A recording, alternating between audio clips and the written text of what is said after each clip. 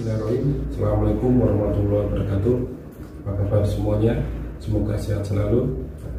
Pada pertemuan kali ini kita bertemu di mata kuliah manajemen risiko. Adapun topik kita bahas terkait dengan pengertian dari manajemen risiko. Sebelum kita masuk lebih jauh terkait dengan pembahasan manajemen risiko, saya akan memberi contoh yang paling mudah dalam kehidupan sehari-hari. Apa yang contoh yang paling mudah?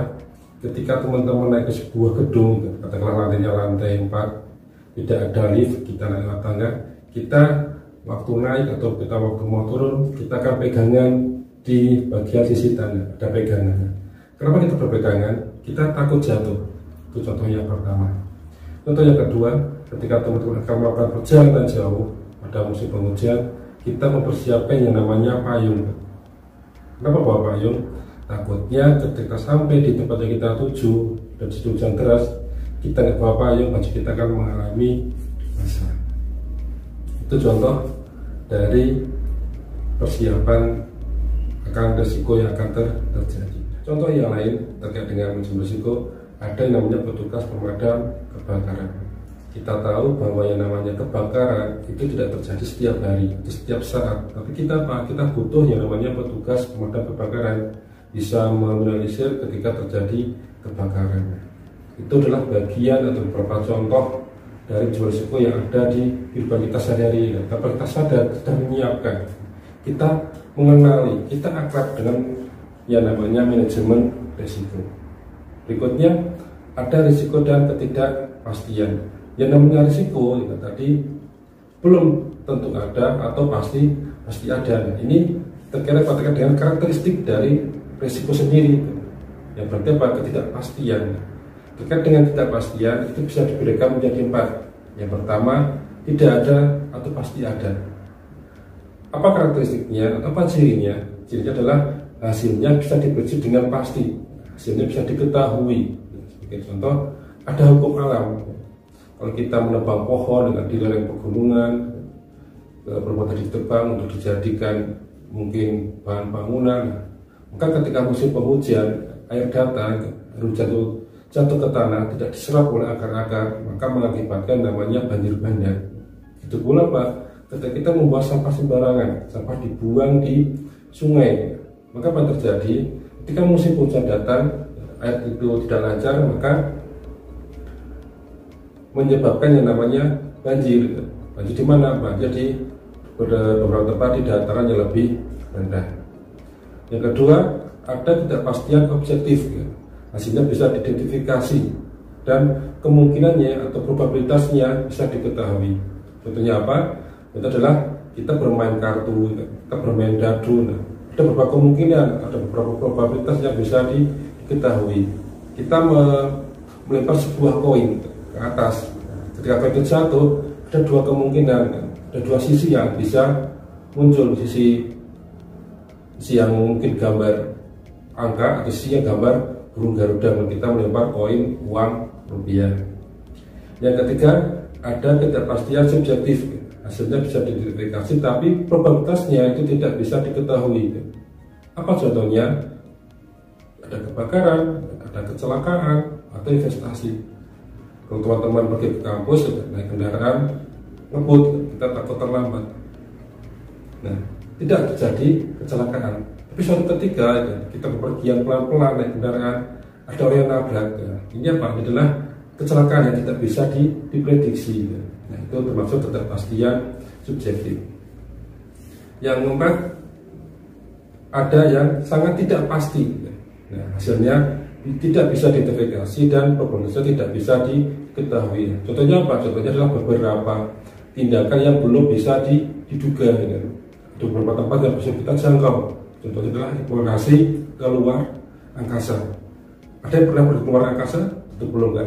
Tapi di sana ada apa? Apakah ada kehidupan? Apakah ada benda-benda lain seperti apa? Kita belum mengetahui, meskipun ada beberapa alat yang sudah bisa kita kirim ke luar angkasa. Berikutnya terkait dengan ketidakpastian, ada contoh lain ya. Kalau kita bahas terkait dengan perekonomian, ada harga saham. Harga saham itu fluktuatif.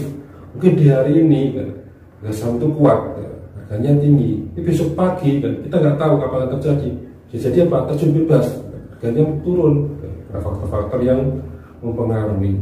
Nah, ini sering dilakukan beberapa teman kita untuk investasi kan, beli saham. Tahunnya kita beli perusahaan sahamnya kuat, tapi esok hari bisa jadi itu malah turun. Contoh lain ya, terkait dengan risiko yang mungkin terjadi, ada yang namanya tadi ya kebakaran, ada yang namanya banjir, ada namanya bencana alam, gunung meletus. Itu tidak bisa kita duga, tidak bisa kita prediksi. Berikutnya terkait dengan pengertian risiko.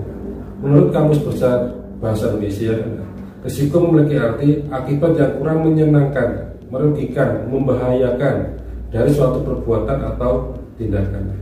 Perlu kita garis bawahi, ada kata-kata merugikan, membahayakan. Berarti apa sih itu?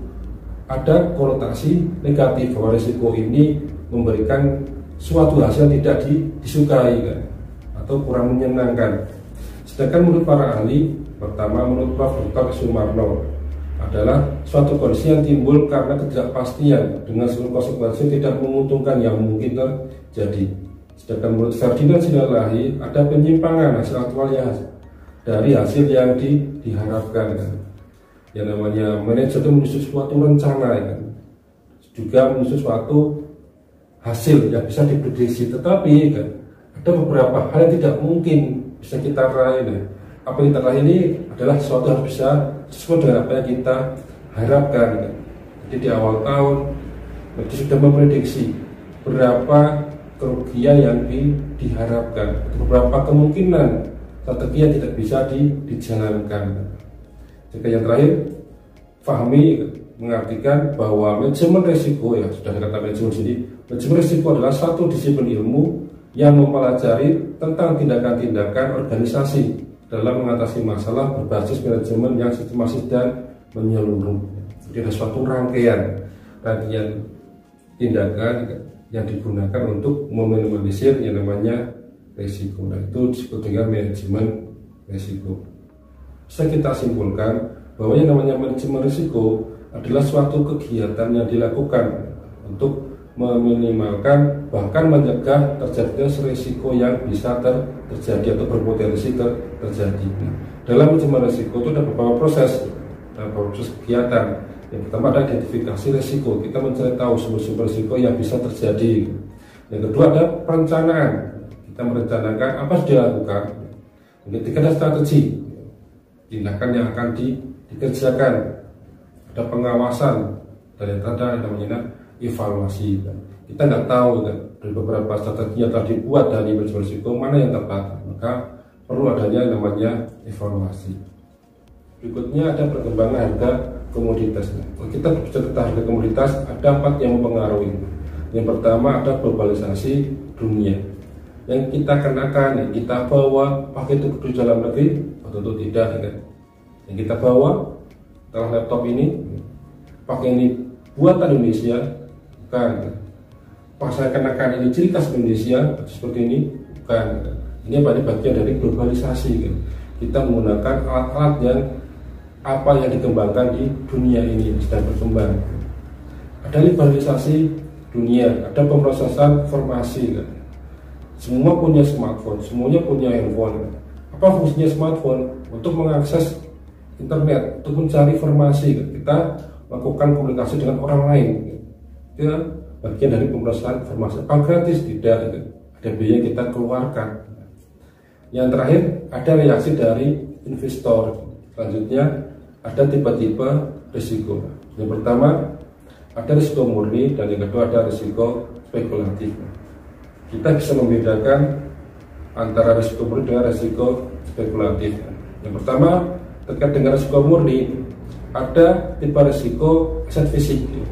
Kalau kita memiliki aset fisik bisa berupa bangunan, berupa kendaraan, benda berharga. Apa yang terjadi? Bisa ada kerugian terhadap aset yang kita miliki. Katakanlah ada kebakaran, ada banjir dan longsor, rumah kita rusak, kita mengalami kerugian dari aset fisik.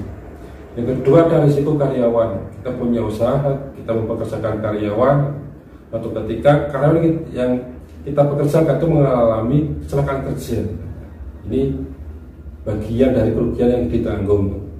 Yang ketiga, terkait dengan resiko murni, ada resiko legal, resiko peraturan, resiko hukum. Nah, di sini kita sering mendengar ada beberapa kesepakatan yang tidak sesuai.